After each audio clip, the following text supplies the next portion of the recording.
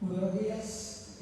La Sala Penal del Tribunal Superior de Distrito Judicial de Cali, nuevamente en su jueves de conversatorio, agradece en primer lugar su presencia aquí y lo que nos han comentado por el pero fundamentalmente agradece hoy a los doctores Antonio Tello Benítez y la doctora Ana Julieta Argüelles de la Niña estar aquí dispuestos y dispuestos a aportar. Vienen, hoy es nuestro último conversatorio del año y queríamos hacer algo distinto y ellos estuvieron listos para eso. En principio, ustedes vieron que la presentación habla de la experiencia en el campo que cada uno se desempeña, pero van a ver cómo esa experiencia se encamina hacia lo académico y todo ello para buscar una mejor administración de justicia y un mejor ejercicio en la profesión que desempeñamos todos nosotros. Mil gracias, doctora Ana Julieta, mil gracias, doctor Raimundo, y tienen la voz.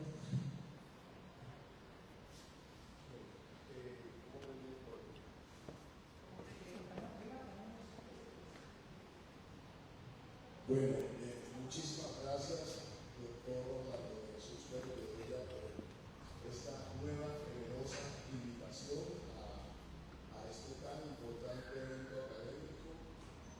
Muchísimas gracias, doctora Julieta Reyes Carabina, por convertirse en este momento en el soporte que impide que ellos allá se enteren cómo estoy de nervioso a la hora de hacer esta exposición.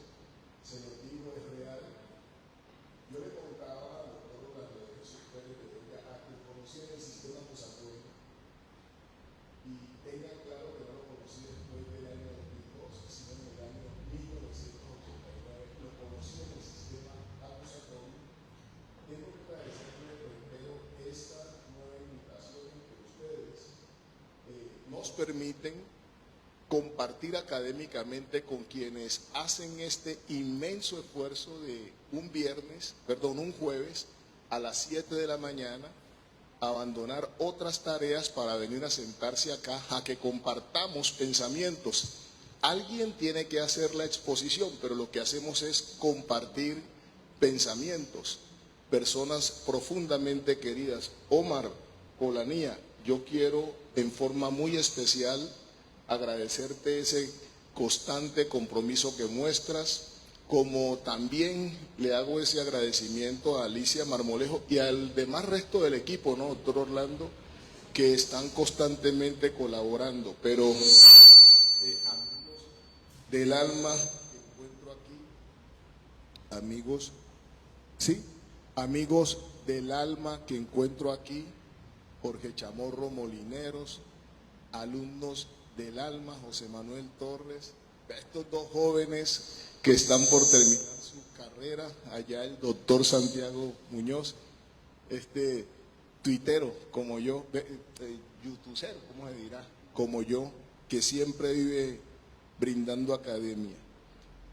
Mis experiencias, para decir entonces que empezaron en 1989 con una profunda preocupación, y esa profunda preocupación fue cómo era que iba a ejercitar la profesión esa que había aprendido, no centrado exclusivamente en lo que había leído en los códigos o en lo que había leído en la escasa constitución que teníamos en 1886. Esa fue mi primera experiencia, sino que tuvimos la fortuna antes de la Constitución Política de 1991 de conocer la existencia de un decreto. Ese decreto fue el 181 de enero 29 de 1981. ¿Sabían ustedes?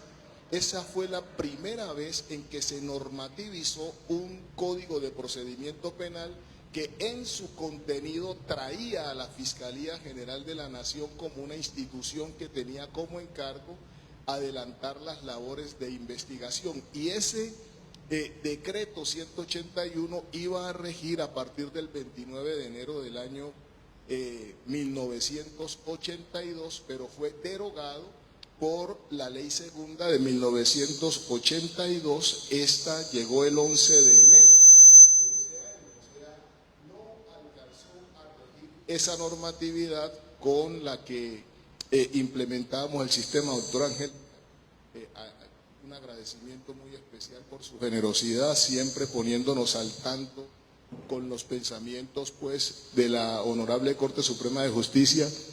Cuando no me contestan a Julieta y no me contesta Orlando, yo pego para allá y después yo les entrego lo que usted me comparte, doctora, o yo, tenga esa tranquilidad.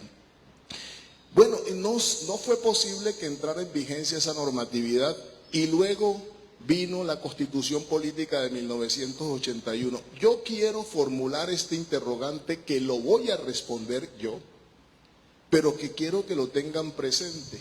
Realmente, ¿desde qué año nosotros hablamos en nuestro país, constitucionalmente hablando, de sistema acusatorio? ¿Desde qué año nosotros hablamos en nuestro país de sistema acusatorio? Porque como lo conversábamos con la honorable magistrada, una gran equivocación que se ha tenido es conceptuar que solo a partir de la expedición del acto legislativo 03 del año 2002 es que nosotros hablamos de sistema acusatorio y en consecuencia que solo hablamos de él a partir de su desarrollo a través del acto legislativo 03 del año 2002. Y digo que es una grave equivocación no porque quiera expresarlo así, sino porque recogiendo lo que nos unió, doctor Orlando de Jesús Pérez, Jorge, recogiendo lo que nos unió, que es la academia, la tarea que nos formulamos siempre fue preguntarnos qué es sistema acusatorio. O sea, yo cuando hablo de sistema acusatorio, eso va a depender del autor con el que yo trabajo. Una persona o un autor que es muy citado por la doctora Ana Julieta es el profesor Jordi Nieva Fenol. Un texto se llama Fundamentos de Derecho Procesal Penal. En el 2024 se nos fue el profesor Rotzin, su tratado de Derecho Procesal Penal, y ellos nos exponen un concepto de lo que debemos entender por sistema acusatorio. Y ellos nos dicen, si el juez requiere de un acusador para conservar su imparcialidad, ese sistema se llama acusatorio. Si el juez asume todos los roles, él investiga, él acusa, él juzga, es decir, no hay un parámetro que le permita conservar su imparcialidad, ese sistema es inquisitivo. Y entonces se pregunta uno, si yo pienso así, si yo razono así, ¿desde cuándo, partiendo de la Constitución Política de 1991, nosotros estamos haciendo sistema acusatorio? Y la respuesta es mágica.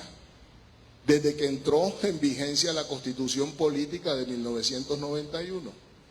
Ojo, y estoy hablando con dos autores tremendamente autorizados. Rotzin, fallecido. ¿Quién no leer constantemente a ese profesor para nutrirse del concepto de imputación objetiva? Y vivo, Jordi Nieva Fenol. Así que desde esa época, ¿por qué? Porque cuando uno revisa el artículo 250 constitucional, texto original, allá lo que nos informa es que a la Fiscalía le corresponde el desarrollo de la investigación y ella acusa ante los jueces competentes. O sea, allá en la Constitución original hay un fiscal que investiga y acusa ante el juez de conocimiento. O sea, allá en el pensamiento de esos dos autores tenemos sistema acusatorio. Y entonces, si usted nos está haciendo ese planteamiento, ¿qué es lo que predicamos después del acto legislativo 03 de 2002? Y ahí está el secreto, y ahí está la pregunta. ¿Qué es lo que cambia para que ahora nosotros hablemos de sistema acusatorio? Muchos dijeron, bueno, lo que cambia es la oralidad. Vamos a decir lo siguiente, el código más reciente, anterior al acto legislativo 03 de 2002, es la ley 600 de julio 24 de 2000. ese código parte de una premisa, y la premisa de la que parte es ajustarse a los mandatos constitucionales. Miren, si uno revisa en ese código el artículo 534, allá le dicen quién es funcionario judicial. Oigan esto, allá le dicen quién es funcionario judicial. Fiscal, juez, ellos son funcionario judicial. Cambió la Constitución, cambió el código y tenemos ahora la ley 906 de 2004. ¿Cuál es el cambio en ese sentido? ¿Cuál es la modificación en ese sentido? Y nosotros vamos a responder que desde la Constitución y la ley algo tiene que pasar que marque la diferencia. Allá en la Constitución de 1991, el artículo 116 lo aplicábamos plenamente, y en consecuencia el fiscal pertenecía a la Administración de Justicia. El 249, inciso 3, lo aplicábamos plenamente, entonces el fiscal pertenece a la Administración de Justicia. ¿Y qué decimos del artículo 250 constitucional? Eso ha cambiado. Si yo sigo leyendo el artículo 116 después del acto legislativo 03 del año 2002, el fiscal sigue en la Administración de Justicia.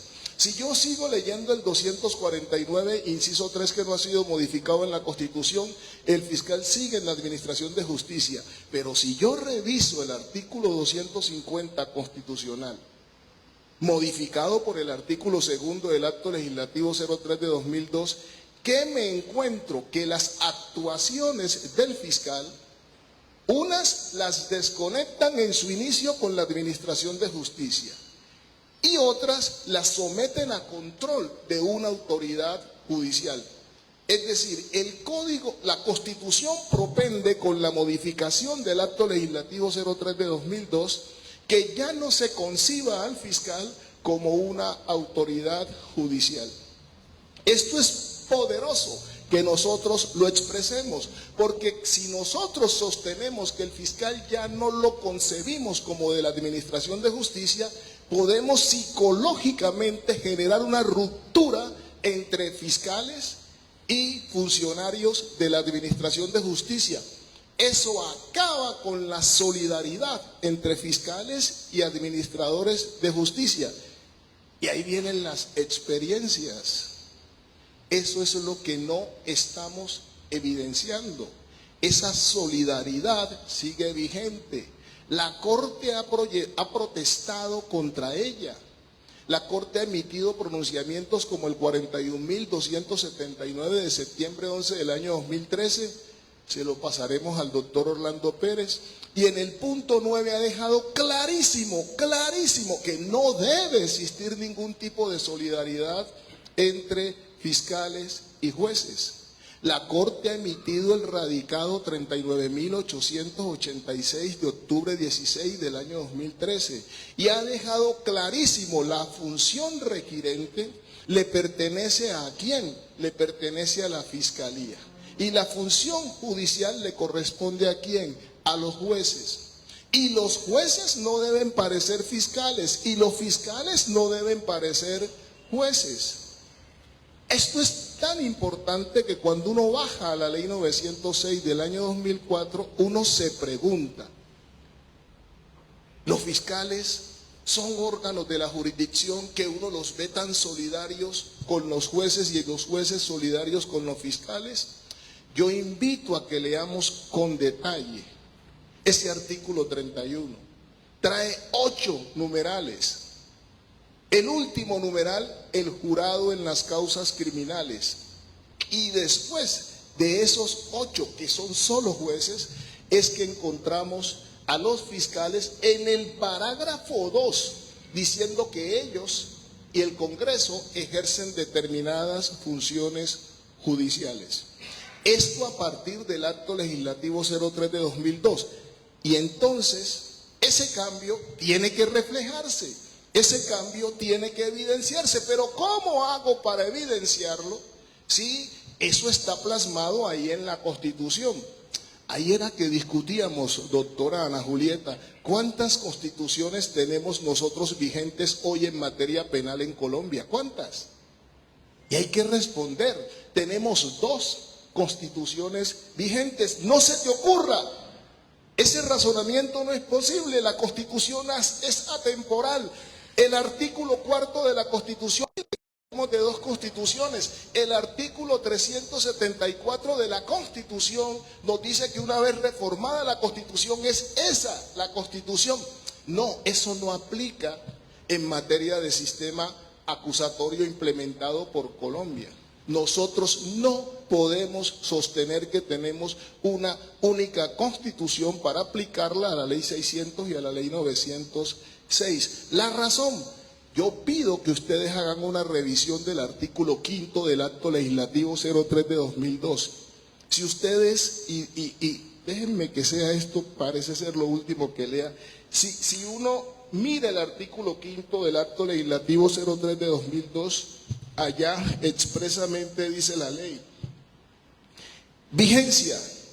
El presente acto legislativo rige a partir de su aprobación, pero se aplicará de acuerdo con la gradualidad que determine la ley y únicamente a los delitos cometidos con posterioridad a la vigencia que en ella se establezca. Y luego nos dice que en definitiva la vigencia empieza el 1 de enero del año 2005 progresivamente en los términos del artículo 500/1906. Es decir, cuando vayan a pensar con mentalidad de sistema, tengan presente las normas que van a aplicar a la luz del pensamiento del Acto Legislativo 03 de 2002. Cuando vayan acusatorio, cuando vayan a pensar con mentalidad inquisitiva, apliquen la Constitución con mentalidad inquisitiva. Vamos a mirar. Llega una actuación a la Corte Suprema de Justicia. ¿Cuál era la discusión en la Corte Suprema de Justicia? ¿Puede el juez ordenar la práctica de pruebas de oficio? ¿Con qué mentalidad? ¿Con la mentalidad originaria constitucional o con la mentalidad modificada en la Constitución? ¿Por qué? Porque si voy a pensar con mentalidad acusatoria, tengo que trabajar con una denominación de lo que es sistema acusatorio. Si voy a trabajar con mentalidad inquisitiva, tengo que trabajar con una mentalidad inquisitiva. La Corte trabaja sin mentalidad. La Corte dice, la Constitución, en el artículo 2, marca unos fines estatales. Y entre esos fines estatales está que hay que sostener el orden justo, hay que sostener el orden justo, garantizarlo. Si eso es verdad, ¿cómo le vamos a impedir a un funcionario judicial que por mandato constitucional, 4º, inciso 2, 6º, 95, inciso 2, 121, 122, 123, 228, 200, ¿cómo le vamos a impedir a un funcionario judicial que él pueda ordenar la práctica de pruebas de oficio? Háganle seguimiento al radicado 24.468 de marzo 30 del año 2006. La Corte dice, sí, el juez tiene legitimidad para ordenar la práctica de pruebas de oficio. Esa discusión se va a la Corte Constitucional y la Corte Constitucional pregunta, un momento, la interpretación que ustedes están realizando, ¿la proyectan con qué mentalidad? ¿Inquisitiva o acusatoria? Porque si es inquisitiva, ese es todo sistema procesal donde el juez procede de oficio a la búsqueda, recolección y valoración de las pruebas. Pero si vamos a pensar con mentalidad acusatoria, es ese sistema que concibe al juez como un sujeto pasivo rígidamente separado de las partes. Y en consecuencia, yo ya no puedo aplicar la Constitución originalmente, sino con la teleología del sistema. Y entonces la Corte emite la sentencia C-396 de mayo 23 del año 2007 y dice, con mentalidad de sistema, el juez de conocimiento no puede ordenar la práctica de pruebas de oficio. Con mentalidad acusatoria, el juez no puede ordenar la práctica de pruebas de oficio. Dos constituciones, una que reviso a la hora de aplicar el sistema con la mentalidad que emerge del Acto Legislativo 03 del año 2002 y otra que reviso con mentalidad originaria, aunque originalmente también teníamos una modalidad de sistema acusatorio que hemos visto es la que expone Rothschild, es la que expone Jordi Nieva Fenol. Por eso las frustraciones a manera de experiencia. Es que yo lo que estoy observando es, en la mayoría de los casos, y recientemente con mucho dolor lo viví, lo sufrí, yo lo que estoy observando es cómo seguimos aplicando la ley 906 con absoluta mentalidad de ley 600 y desarrollando las normas de la ley 600. El juez, de acuerdo con el artículo 20, por ser funcionario judicial, investiga en forma integral. Es decir, en la fase que le corresponde, como dice el artículo 26, el juicio, él tiene facultades investigativas. Si yo pienso con mentalidad de la Constitución originaria, eso está perfecto, pero si lo pienso con la mentalidad acusatoria, hay una absoluta imperfección ahí. El juez, en la ley 600, tal como lo pensó en su momento la Suprema de Justicia, dice el artículo 26 que en él se difiere el ejercicio de la acción penal. Y en consecuencia, él tiene en el juicio labor investigativa, 234, inciso 1, imparcialidad en la búsqueda de la prueba, 234, inciso 2, el juez puede ordenar la práctica de pruebas de oficio, 401, el juez puede ordenar la práctica de pruebas de oficio, 404, numeral 2, el juez puede hasta variar la calificación jurídica provisional. Ese juez que cuando llega a la audiencia y le hacen el planteamiento probatorio, pero no encuentra en quien le está haciendo el planteamiento probatorio la sustentación del artículo 375 como se lo manda el 357, pero él dice que es que si esta prueba no entra, se va a quedar sin fuerza la pretensión que plantean, entonces tengo que como que ayudarle, o sea, tengo que integrar, complementar la solicitud probatoria. Se nos alejó del sistema acusatorio y está aplicando la Constitución, pero la Constitución originaria con un pensamiento de sistema originario, no con mentalidad de sistema acusatorio. Por eso, cuando uno pasa a la ley 906 de 2004, se formula interrogantes tan interesantes como este. ¿Existe una norma que permita la investigación integral? No. No hay un artículo 20. ¿Existe una norma que le permita al juez sentir que él, como juez, lucha contra el crimen y la impunidad? No, porque el artículo 26 no fue traspolado a la ley 906. El 26 dice que la acción penal en el juicio también es ¿de quién? Del juez. El 66 dice en la ley 906 que la acción penal es solamente ¿de quién? Del fiscal. El juez quedó por fuera del ejercicio de la acción penal. Y conversábamos con el honorable magistrado y me decía, y entonces el fomento de la impunidad, me decían o nos decíamos, y el fomento de la impunidad, esa no es una discusión del juez, ese no es un problema del juez. ¿Cómo se te ocurre? No a mí, se le ocurre a la Honorable Corte Suprema de Justicia, es ella la que nos recuerda.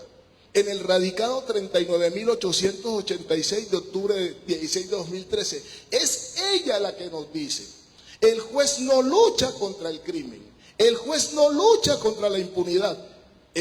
Vino la doctora Socorro Maro Insuasti la semana anterior o la conversación anterior a esta, y eso fue lo que nos dijo. El juez vindicativo, el juez vengador, el juez que se presenta como protector y por eso toma determinaciones, ese señor no es el juez que requerimos en el sistema acusatorio. ¿Por qué? Porque como lo dice el radicado 110/643-605 de junio 16 de 2020, el juez que necesitamos es uno que haga realidad de las garantías que están plasmadas en la Constitución. El sistema acusatorio es el que mejor refleja las garantías que están plasmadas en la Constitución. Y una de esas garantías es esencialmente ¿cuál? Que el juez sea imparcial, que el juez no aborde discusiones que le corresponden a la Fiscalía General de la Nación. Por eso, cuando voy donde un juez de control de garantías, yo voy convencido que él va con mentalidad constitucional, pero a partir del acto legislativo 03 del año 2002. Él no va con esa mentalidad del juez que creía que él también ejercitaba la acción penal. Y voy donde él, y lo crean a él, me lo enseña la sentencia C-1092 del año 2003, me lo crean a él porque hay que garantizar los derechos fundamentales en fase investigativa. Así dice la sentencia, el 4.1.1.1. Así lo crean a él para que él se convierta en el garante en esa fase. Para el equilibrio, para hacer sistema, olvídese de esas normas anteriores y piénselas como para el sistema. Usted es un sujeto pasivo rígidamente separado de las partes. Y a usted lo crea la Constitución, lo crea el acto legislativo casualmente para que se convierta en el equilibrio. Por ahí hace pocos días decíamos en mi página, yo no logro entender cómo todavía se siga sosteniendo que el juez puede imponer medidas de garantías, puede imponer medidas de aseguramiento más graves que las solicitadas, pero se imponen con facilidad. ¿Y por qué se imponen con facilidad? Porque es que, como no recuerdo que hay dos constituciones, sigo trabajando con lo originario y creo que yo también trabajo al servicio del Ejecutivo. No, hombre, el 26 ya no existe en la ley 906. Ahora existe el 66. La acción penal es del Estado y se ejerce por la Fiscalía. Y el límite, el control es ¿quién? El juez. Eso lo dice claramente esa sentencia. Eso lo precisa claramente esa sentencia. Pero para eso tengo que recordar, no olviden el artículo 5 del acto legislativo. Cuando yo voy donde un juez de conocimiento, yo voy al equilibrio. Cosas como esto, honorable magistrado. Vamos a fijar fecha para audiencia. Señor fiscal, ¿usted puede el día tal? Sí, queda fijada la fecha para audiencia para ese día. Y yo sí. ¿Y yo? ¿Por qué no me preguntan si yo puedo ese día? ¿Por qué le basta solidaridad? Yo le decía, magistrado, ¿eso es consciente? ¿Eso es deliberado? ¿Eso es malintencionado en el juez? No. Él está convencido que eso es lo que debe hacer con una persona con la que regularmente trabajaba en sociedad, que era el juez. Ay, pero es que los jueces de ahora no trabajaron el sistema, pero sí han conocido que desde la ley 600 había fiscal y había juez y así se comportaban. Y como no le hemos dado una denominación, no hay cambios. Ah, pero ¿qué problema tiene una fecha? Una fecha puede incidir en una libertad, doctor José Manuel. Si el juez concerta la fecha con el fiscal, ¿quién es el único responsable, posible único responsable de que se dañe la audiencia? El defensor. ¿Y cuál es la consecuencia de que se dañe la audiencia por el defensor? Que ese tiempo se le descuenta. Así que venga, juez. Ya le preguntó al fiscal, ahora pregúnteme a mí. Y después de que me pregunte, acordemos una fecha. Y acordada esa fecha, esa es la fecha. Si fallamos, el que falle responde por ese tiempo. Pero no me ponga automáticamente a responder. Eso es mentalidad acusatoria. Y ustedes dirán, ¿por qué? Porque es que una característica del sistema es robustecer el artículo 13 constitucional. Que las partes estén en qué plano de igualdad. Esta emoción que yo he sentido cuando el honorable magistrado me ha dicho que voy a disertar con la honorable magistrada Ana Julieta, se ve reflejada porque si hay algo, y ustedes lo ven constantemente en mi página, a veces me da pena, pero yo tengo una ventaja cuando publico trabajos de ella, y la ventaja es que ella se declara impedida en casos en los que yo soy defensor, entonces eso me da un margen mayor de libertad, ¿cierto? Siempre estoy publicando pensamientos de ella. Yo no veo sino reflejado en su actuar sistema, concepto de sistema. Yo no veo sino reflejado pensamientos suyos a partir del acto legislativo 03 de 2002, abandonando el pensamiento de la ley 600. Les traje, y eso se lo entrego ahora, honorable presidente, unas 10 providencias. Y alguien dirá, solo 10. Bueno, escogí 10, pero 10 providencias de quien me acompañará, donde ustedes pueden revisar un pensamiento que dice: todo sistema procesal que concibe al juez como un sujeto pasivo rígidamente separado de las partes, eso es sistema acusatorio, lo ve ahí. Solicitud de libertad condicional. ¿Qué delito tan grave? ¿Qué anotaciones que tiene? Que se pudra ahí hasta que cumpla la sanción. Lucha contra el crimen y la impunidad. ¿Es labor del juez? No. Llega eso en segunda instancia, donde la doctora Ana Julieta dice: bueno, ¿cuáles son los fines de la pena? Los fines están en el artículo 4 constitucional. Yo tengo un compromiso: garantizarle a las personas la dignidad. Ese es mi mandato, artículo 1. Yo tengo otro compromiso: garantizarle a las personas la libertad, artículos 13 y 28 constitucionales. ¿Qué es lo que voy a mirar? Si la finalidad con la que se le recluyó se está cumpliendo. ¿Qué me dice el centro de reclusión? Que el señor ya cumplió las 3/5 partes de la pena y tiene una conducta absolutamente ejemplar. En todo ese tiempo no ha faltado y ha dado muestras de querer mejorando, estudiando, trabajando. ¿Con qué argumento lo dejo privado de la libertad? Yo lo voy a decir.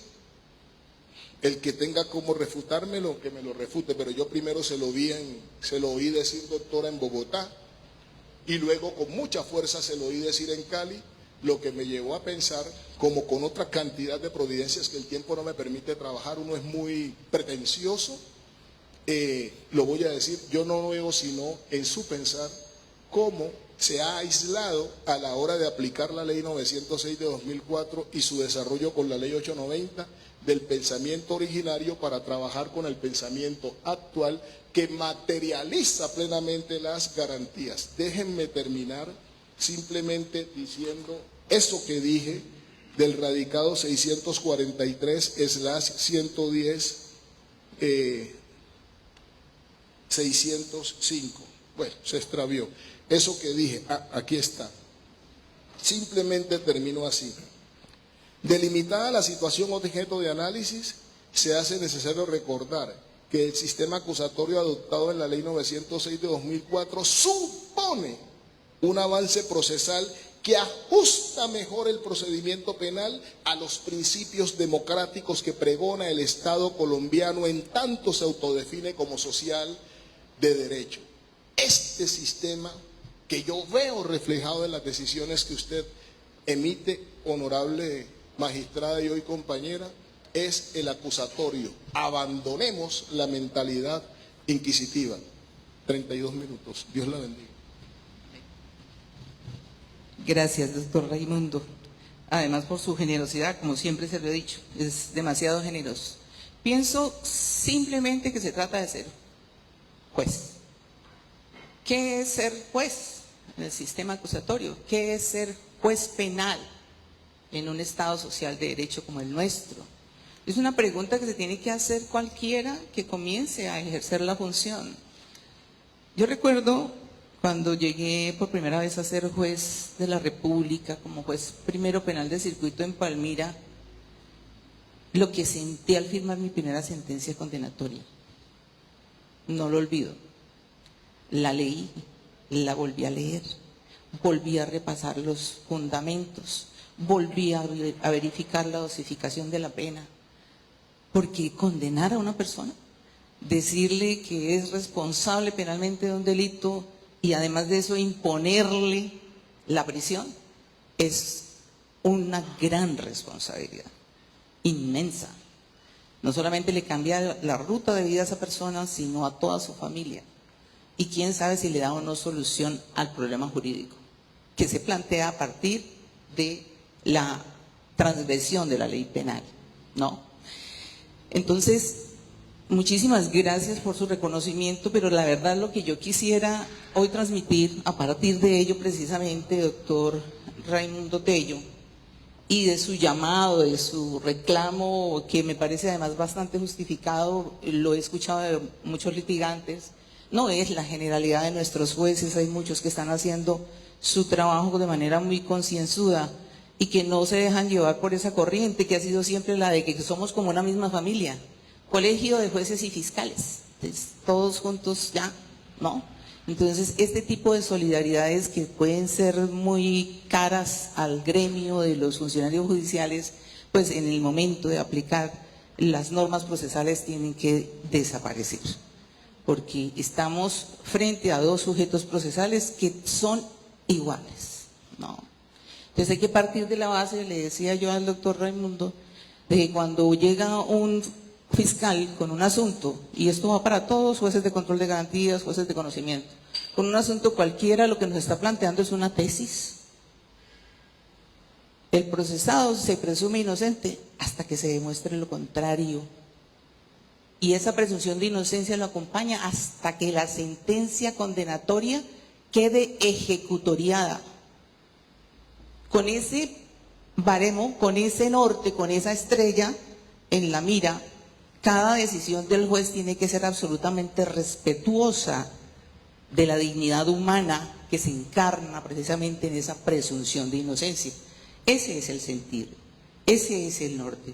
Con eso no se dificulta de ninguna manera dar aplicación a lo que es la principialística del sistema acusatorio.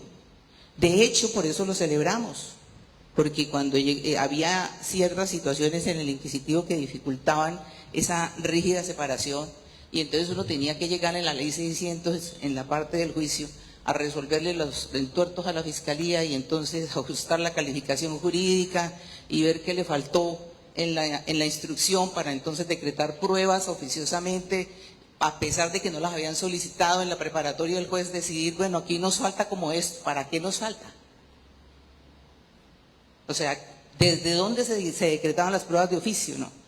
Que por eso en buena hora el sistema acusatorio pues nos ha privado de eso. Siempre que inicio mis clases de procesal penal, y hoy en esta pequeña intervención voy a tratar de hacerla lo más breve posible, es difícil no apasionarse con este tema realmente.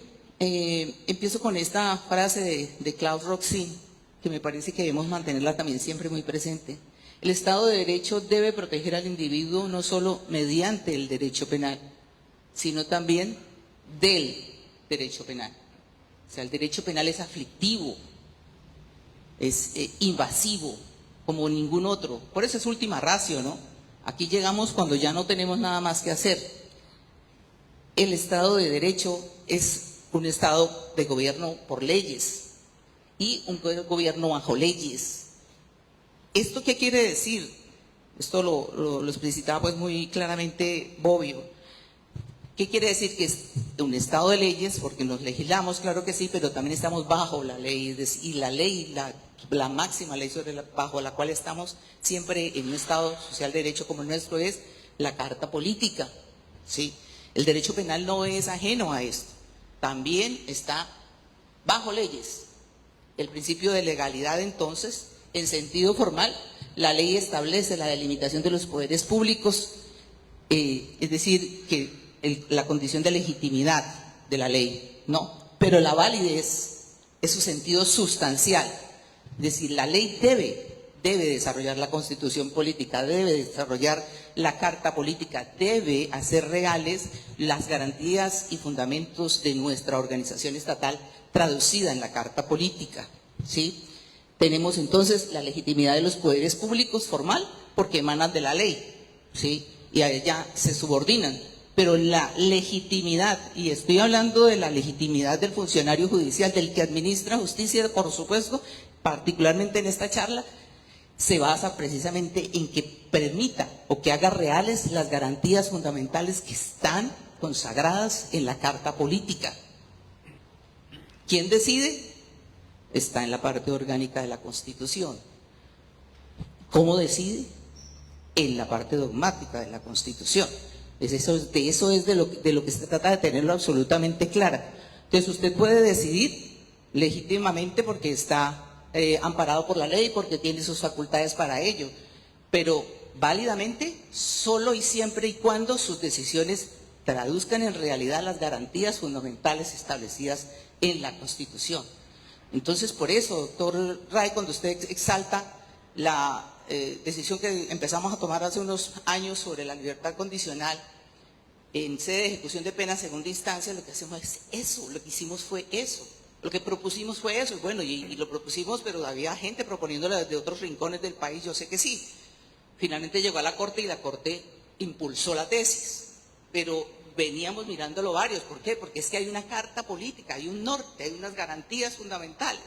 Entonces, cuando la ley habla de resocialización, cuando la ley habla de que ese es el fin primordial que le damos nosotros, según nuestro ordenamiento, a la pena, entonces, y yo veo en un expediente claramente reflejado eso, que no siempre se logra, la verdad. Nuestra pena no es que sea pena aflictiva de prisión, no es que cumpla siempre ese fin. Pero uno ve en un expediente un joven, un señor, que se dedicó a estudiar, que se dedicó a trabajar, que se graduó de alguna profesión dentro de la cárcel, que adicional a eso se hizo líder del patio, que es el jefe de la Comisión de Derechos Humanos. Hombre, creo que hubo un cambio de aquel que delinquió a este que está hoy aquí ahora solicitando que se le deje probar cómo se comporta en libertad. Porque es que ni siquiera lo estamos dejando libre ya, lo estamos dejando condicionalmente, o sea, lo vamos a seguir vigilando. Vigilando en Colombia, porque ni siquiera es acompañando en su proceso, ¿no? Sino que simplemente lo soltamos y ya. Entonces, la parte dogmática de la Carta Política contiene las reglas del Estado de Derecho, elegido como forma de organización mediante el contrato social, ¿cierto? Esa es la parte dogmática. Entonces, yo ahí me distancio un poquitico. Ahora vamos a hablar de eso. El llamado contrato social, dice Ferrajoli, una vez traducido a pacto constitucional, deja de ser una hipótesis filosófico-política. No es una hipótesis, no es una entelequia, no es una cosa ya abstracta, una nubecita bonita. No, se positiviza, dice, para convertirse en un conjunto de normas positivas que obligan entre sí al Estado y al ciudadano, haciendo de ellos dos sujetos con soberanía recíproca limitada. No podemos seguir pensando que, ay, sí, tan bonita la letra. Eso era en la Constitución del 86. Esta Constitución tiene dientes. Se ha hecho valer a través de no hablemos pues de la tutela y todo lo que ha significado y sigue significando. Pero desde el preámbulo está diciendo la Carta Política, el pueblo se organiza invocando la protección de Dios y con el fin de fortalecer la unidad de la nación, oiga, y asegurar a sus integrantes la vida, la convivencia, el trabajo, la justicia, la igualdad, el conocimiento, la libertad y la paz dentro de un marco jurídico democrático y participativo que garantice un orden político, económico y social justo y comprometido a impulsar la integridad de la integración de la comunidad. Eso tampoco es letra muerta, porque vamos a ir viendo. Si estamos hablando de autoridades públicas, aquí llevamos la sentencia de la Corte Constitucional hace 543 de 1992, porque cuando el artículo 2 de la Constitución dice, replica pues los fines del Estado, en su primer inciso, en el segundo dice claramente, las autoridades de la República están instituidas para proteger a todas las personas residentes en Colombia en su vida, honra, bienes, creencias y demás derechos y libertades, y oiga, para asegurar el cumplimiento de los deberes sociales del Estado y de los particulares. Es decir, los funcionarios judiciales y los jueces somos servidores públicos, tenemos la obligación de hacer vigentes los fines del Estado. ¿Cómo lo hacemos? A través de nuestra función, precisamente en el caso de los jueces, pues administrando justicia. Justicia igualitaria, justicia, por supuesto, imparcial. Pareciera como, oh, por Dios, eso parece redundante. ¿Hay que decirlo? Pareciera que sí, ¿no? Porque a veces se nos olvida. ¿Estamos buscando un responsable penal? No, los jueces no estamos buscando un responsable penal.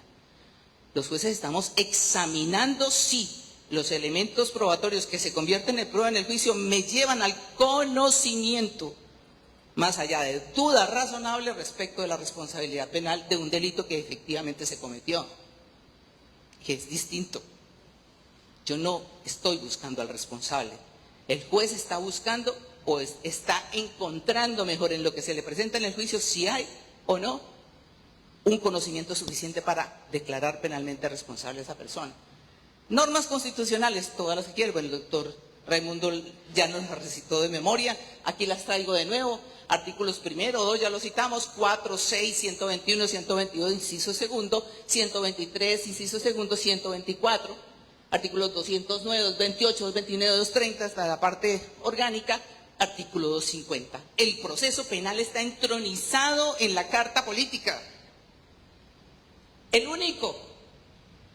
Busquen cuál otro proceso está entronizado en la Carta Política.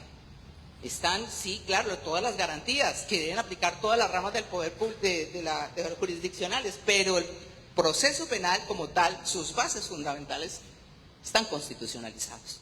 Por eso el reclamo y la insistencia del doctor Tello, que yo celebro en casi estos 20 años de vigencia, cada tanto insiste, rígida separación, porque a veces parece que se nos olvida. Es de la Carta Política.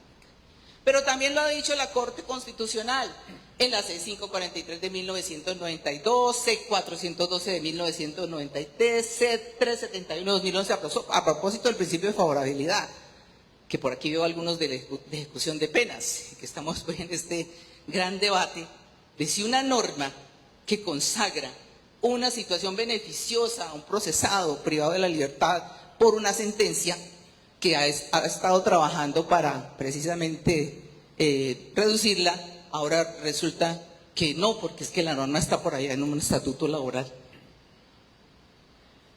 No, la favorabilidad no distingue eso. Y no lo decimos nosotros, que ya se sabe que la Sala Penal del Tribunal de Cali es unánime en esto. No lo decimos nosotros, ni lo dicen los otros magistrados de los tribunales del país, ni lo dice la Corte Suprema de Justicia. Lo dice la Corte Constitucional, lo dice la propia Constitución. En esta sentencia particularmente, si mi memoria no me falla, es la C225-2019, la Corte, usted sabe toda memoria, doctor, hágame el favor, deme la cita exacta. Bueno, en esta sentencia particularmente yo la quiero resaltar porque la celebré mucho. La Corte Constitucional dice el principio de favorabilidad es un derecho fundamental del procesado. Derecho fundamental. Entonces, cuando un juez voltea para acá y dice que no lo va a aplicar, ¿qué está haciendo? Negando una garantía, violando la Constitución. Esto no es de poca monta. No se trata de vamos a debatir jurídicamente. Estás hablando de un derecho fundamental de un ciudadano. Ponete vos en esos zapatos, ¿no? Entonces, por esas vueltas que da la vida, termina uno purgando una pena y a sabiendas de que la mejor forma de reducirla es estudiando y trabajando, se dedica a ello. Sí, por supuesto, o sea, cancelado. Pero es una posibilidad, es que somos humanos. Somos humanos, nunca nos equivocamos, no a ese nivel que se equivocan nuestros procesados, las personas a las que tenemos que muchas veces juzgar y hasta sentenciar. Pero es perfectamente pasible, o sea, cuando uno le decía pónganse los zapatos del procesado, es eso, imagínese la situación. Entonces usted reduce pena y le llega una norma favorable y dice, ay, ahora me salió al triple, voy a pedir la rebajita. Y no, eso está en la laboral. ¿De qué me habla? Está en la laboral. Sí está claramente dirigida a la pena. O sea, sí está en una ley laboral, pero está dirigida a un tema penal. Y además dicen, de aquí en adelante sí la aplico. Pero por Dios, si la va a aplicar de aquí en adelante, quiere decir que la norma sí rige en penal, ¿no es cierto? Ergo, por favorabilidad, debe aplicarse hacia atrás. Es la excepción, recordemos, a la vigencia de la ley hacia adelante, el principio de favorabilidad en materia penal particularmente. Entonces, perdone que me metí por el tema que en este momento es álgido, pero vamos diciendo, pues, ¿de dónde vienen estos fundamentos? ¿De dónde viene esta postura? ¿No? ¿Por qué razón cuando, como juez de primera instancia, llegaba el fiscal a presentar su acusación, yo no le creía? Era un ejercicio personal que hacía, es un ejercicio personal que hago. Yo no le puedo creer hasta que no me lo pruebe. Uy, esos hechos están horribles. Pues sí, ¿los probarán? Ahora, aquí tampoco llegué, y perdone que hable en primera persona, de la nada. Aquí tengo un testigo ático que sabe que fue difícil pasar del inquisitivo al principio acusatorio en un sentido, digamos, más prolijo. Porque claro, veníamos de un sistema, veníamos de un sistema diferente y andábamos procurando evitar la impunidad, ¿cierto? Entonces, es dejar esos hábitos no fue tan fácil, pero finalmente creemos haberlo logrado. Y siempre era con el norte de justicia, claramente. El tema es que ahora sabemos que no puede haber justicia si transgredimos, si pasamos por encima de las garantías y de la rígida separación. O sea, es a la Fiscalía a la que le corresponde traer la prueba al juicio, que tenga la idoneidad para fundar un conocimiento más allá de duda razonable de la responsabilidad penal del procesado y por supuesto de los elementos del delito, es decir, de su tipicidad y su lesividad. No a nosotros. Lo trajo, me convenció, llegué al conocimiento, tengo tranquilidad de ánimo, sentencia condenatoria. No tengo tranquilidad de ánimo, hay una teoría alternativa o simplemente esa teoría jamás se llegó a demostrar. Qué triste situación, ¿no? Porque la víctima, puede haber una víctima y va a sentir como que algo ahí le falló, pero le falló el sistema, no le falló el juez. No todas las veces la justicia se hace a través de nosotros. Esa por lo menos ha sido mi paz. No todas las veces es el juez el que distribuye la justicia en materia de los delitos que tenemos que conocer. Principios rectores comunes a toda la legislación penal, el de dignidad humana, el de legalidad, el primero es fundante, análogos, el 2 y el 3, el bloque de constitucionalidad, dicen pues es lo mismo, que se aplicará el bloque de constitucionalidad, como prevalencia, el 3 y el 26 establecen la prevalencia y fundamento de interpretación de los principios rectores. Entonces no hay que hacer mayor esfuerzo, es simplemente atender las órdenes que se dan desde la Carta Política, que es la forma de organización que nos hemos dado, y de su desarrollo en la legislación. Entonces, no es de superhéroes, es simplemente cumplir nuestra función debidamente, con todo el compromiso, y por eso pues el llamado es precisamente a mantener esa postura. La Sala de Casación Penal pues también tiene sus pronunciamientos, muchos, traigo aquí solamente de la Sala de Casación Oficiosa, la 29415 del 4 de febrero de 2009, en cuando me parece resaltar esta cita. La independencia hace referencia a que cada juez individual y personalmente considerado tiene la atribución de resolver el asunto sometido a su jurisdicción con absoluta autonomía de criterio, lo cual, ojo, no quiere decir de manera caprichosa y arbitraria, sino con sujeción a una correcta interpretación y aplicación de la Constitución y la ley, apreciando las pruebas de acuerdo con los principios de la sana crítica, dando un trato igualitario a las partes e intervinientes, en síntesis, con objetividad, honestidad y racionalidad. Aquí, de nuevo con Ferrajoli, citamos el derecho y razón. El juez no debe tener ningún interés, ni general ni particular, en una u otra solución de la controversia que está llamado a resolver, al ser su función la de decidir cuál de ellas es verdadera y cuál es falsa. Al mismo tiempo, no tiene por qué ser un sujeto representativo, puesto que ningún interés o voluntad que no sea la tutela de los derechos subjetivos lesionados debe condicionar su juicio, ni siquiera el interés de la mayoría. Nosotros por eso somos impopulares, o incluso el de la totalidad de los asociados lesionados. Al contrario que el Poder Ejecutivo o el Legislativo, que son poderes de mayoría, el juez juzga en nombre del pueblo, pero no de la mayoría, para la tutela de la libertad de las minorías. Por eso es que somos contramayoritarios. Al caso concreto tenemos que administrar justicia. Debemos afrontar responsablemente el desafío de hacer de la administración de justicia un servicio público de rango constitucional, renovado, abierto, visible, amable, transparente, ágil, eficiente y de calidad al lado de la vida de los ciudadanos. Nos debemos al ciudadano. ¿Quién, sino el juez, le va a hacer efectivas las garantías a los ciudadanos? El Estado y su derecho carecen de fines en sí mismos. El Estado y su derecho carecen de fines en sí mismos y no tienen otros que no sean los del individuo. La organización jurídico-política debe estar encaminada a la satisfacción de esos derechos y a los valores y principios morales en que estos se orientan. Francisco Anzoátegui. Gracias.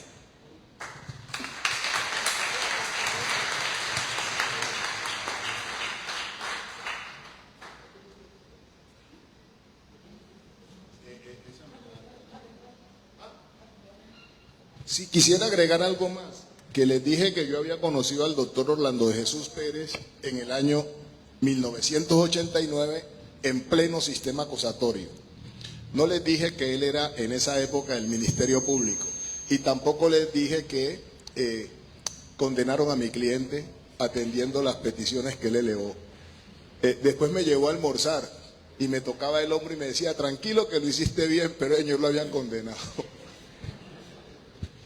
Gracias, doctor Raimundo, doctora Ana Julieta. La verdad es que es absolutamente grato, satisfactorio para la sala penal haber contado con ustedes en este cierre de año y habiendo abordado esa temática que definitivamente es tan sensible. Por regla he acostumbrado cada jueves a hacer como resaltar alguna de las reflexiones que plantean nuestros expositores. Realmente con ustedes me siento casi que inhibido porque definitivamente todo lo que plasmaron tiene una importancia enorme. Solamente dos cosas. La doctora Ana Julieta dice, lo fundamental es preguntarnos qué es ser juez. Y yo creo que para quienes laboramos en la rama judicial, esa es una reflexión que no se puede eludir. Cuando nos formulamos ese tipo de interrogante, seguramente vamos a caminar muchísimo mejor este sistema. Esto lleva, digamos, o se concatena con algo que nos trae el doctor Raimundo, y me salgo un poco de esa hermosa teorización de ambos, teorización real, necesaria, reflexión real, necesaria, pero no he mencionado esas anécdotas de lo que vive el abogado litigante y que seguramente, como él lo dice, también es algo que no es consciente. Nosotros como jueces, de pronto, fiscal, usted puede tal fecha, y el abogado, y él muestra unas consecuencias. Entonces, simplemente para redondear aquí, la importancia de ubicarnos en el verdadero papel del juez. La doctora Socorro Mora hace 2 semanas nos recordaba también la responsabilidad de ser juez, los sesgos que a veces tenemos los jueces sin querer. Todo esto es fundamental y creo que la idea siempre de este conversatorio fue el que reflexionáramos. Terminando, debo agradecer a todos y cada uno, todas y cada una de las personas que se pararon aquí, que nos regalaron su valiosa exposición. Eso desde comienzo de año, mire, la verdad no sé ustedes, yo no sentí a qué horas pasó este año, porque es una delicia venir y hacer este ejercicio, escuchar cómo nos aportan, cómo nos llevan precisamente a pensar y a repensar. No nos quedemos solamente a veces en una lectura o en lo que nos diga. Pensemos y repensemos. A todos y cada uno de los expositores que incluso nos están acompañando aquí, mil gracias. Y a quienes concurren cada jueves a primera hora. Hoy tengo que mencionar una anécdota. Tengo aquí una doctora, me la encontré en el ascensor faltando 21 minutos para las 7 de la mañana. Eso es amor a a este ejercicio. Quería venir, voy a decirlo, probablemente ella no haya revisado también la presencia de nuestra querida colega, la doctora Ana Julieta. Usted no va a ir a escuchar al doctor Raimundo Tello. De verdad, muchísimas gracias, no solo a usted, sino, insisto, a cada uno de ustedes por acompañarnos y a quienes están conectados al Facebook Live. Para cierre, listo, para el cierre simplemente quiero invitarlos a una cuota inicial de un desayuno, una cuota pequeñita, pero un detallito allí para que con un café y de pronto creo que un mini pan de bono, me dice la doctora Alicia. Listo, no se me vayan, que la doctora Ana Julieta quiere también agregar algo. Con eso de los pan de bono se van a salir corriendo. No, es solamente para recordarles que este es un espacio que hemos conquistado, que nos estamos disfrutando mucho y que no vamos a abandonar. Nos vamos a volver a ver en enero, seguramente ahí retomaremos los conversatorios, estén atentos, estamos atentos también a sus intereses, o sea, nosotros cada 15 días alguien se hace responsable de la charla, pero si hay alguien que quiera hacerlo también, nos lo dice, se comunica, puede ser a través de la doctora Alicia, que es creo que el canal donde todos confluimos, y vamos haciendo la programación de los conversatorios del año entrante. Pero la sala penal está comprometida en que este es un espacio institucional que estamos regalando, además desde Cali, todos nosotros, a todos los que se conectan a través de Facebook y que nos lo han celebrado ya en varias situaciones en que nos hemos visto por fuera. Así que esto es solamente un hasta luego, felices vacaciones y fiestas y que disfruten los pan de bonos. Un aplauso para el doctor Raimundo, la doctora Julieta, y un aplauso para todos ustedes. Muchísimas gracias, muchísimas gracias.